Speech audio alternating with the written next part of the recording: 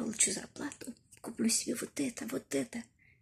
Получили зарплату, отдали квартплату, кредиты, долги, и все, и она закончилась. И у меня так было. Знаете, я нашла нашу компанию, в которой простые обычные люди зарабатывают, и 100% себе в кошелек.